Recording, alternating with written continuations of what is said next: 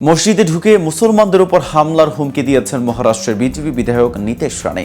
মসজিদে ঢুকে মুসলমানদের মারব প্রকাশ্য সমাবেশে দাঁড়িয়ে এমন হুমকি দিয়েছেন ভারতের ক্ষমতাসীন দল বিজেপির বিধায়ক নীতেশ নারায়ণ রানে।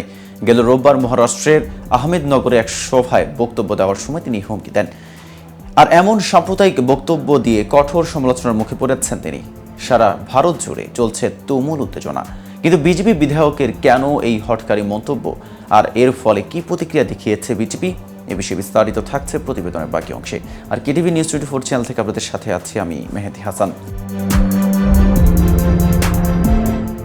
শুক্রবার আহমেদনগরে রামগিরি মহারাজের সমর্থনে এক সভায় নীতেশ রানে বলেন, রামগিরি মহারাজের বিরুদ্ধে কোনো কথা বললে মসজিদে ঢুকে খুঁজে খুঁজে মুসলিমদের মারব।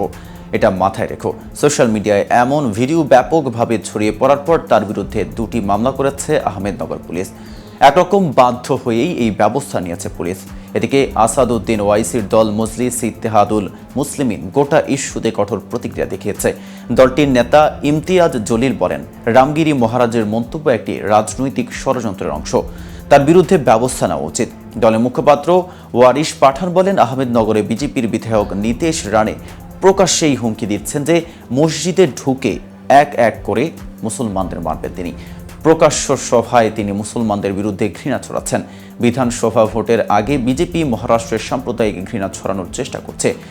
এফআইআর এর ভিত্তিতে রানেকে দ্রুত পুলিশ হেফাজতে নেওয়া উচিত। তবে বিতর্কের জেরে নীতেশ রানের মন্তব্য দলের নয় দাবি করেছে বিজেপি। আর নীতেশ রানের কড়া সমালোচনা করেছেন দলটির মুখপাত্র তুহিন সিনহা। বিজেপি বিধায়কের এই মন্তব্যের পরেই তার বিরুদ্ধে 2টি এফআইআর দায়ের হয়েছে। সে প্রসঙ্গ উল্লেখ করেন দলের মুখপাত্র। একটি সংবাদ মাধ্যমকে দেওয়া সাক্ষাৎকারে তুহিন সিনহা বলেন, দলে এই ধরনের মন্তব্যের কোনো স্থান নেই এবং কোনো রাজনীতিবিদদের কখনোই এই ধরনের মন্তব্য করা উচিত নয়। একই সঙ্গে কংগ্রেসকেও কটাক্ষ করেছেন তুহিন। তিনি বলেছেন, হিন্দুদের ওপর যখন অত্যাচার নেমে আসে তখন কংগ্রেস চুপ করে থাকে। বিজেপি মুখপাত্র প্রশ্ন তুলেছেন, তেলেঙ্গানার বর্তমান কংগ্রেস বিধায়ক রাশেদ খান ও ফিরোজ খান হিন্দু ধর্মে ধর্মান্তরিত হওয়ার জন্য ওয়াসিম রিজভির মাথার জন্য যথাক্রমে 50 লাখ এবং 25 লাখ টাকা দেওয়ার কথা ঘোষণা করেছিলেন। তাদের কি অপসারণ করা হয়েছিল? একই সঙ্গে উত্তরাখণ্ড বিধানসভা নির্বাচনের আগে মাওলানা তকির রাজা হিন্দুদের নিশ্চিহ্ন করে দেবেন বলে বিবৃতি দিয়েছেন, অথচ তারপরেও কংগ্রেস তার সঙ্গে জোট করে। উল্লেখ্য, প্রাক্তন কেন্দ্রীয় মন্ত্রী নারায়ণ রানের ছেলে নীতিশ রানের ধর্ম নিয়ে বিতর্ক নতুন নয়। এই বছরের শুরুতে মুম্বইয়ের মালভানি, মানখুর্দ এবং ঘাটকোপার এলাকায় ঘৃণাসূচক বক্তব্য দেওয়ার জন্য তার বিরুদ্ধে মামলা করা হয়েছিল। ছেলের বিদ্বেষপূর্ণ বক্তব্যের প্রতিক্রিয়ায় নারায়ণ রানে বলেছিলেন, কোনো ধর্মকে টেনে আনার দরকার নেই, সব মুসলমানই এর জন্য দোষী নয়, তাই পুরো সম্প্রদায়কে টেনে আনার কোনো প্রয়োজন নেই।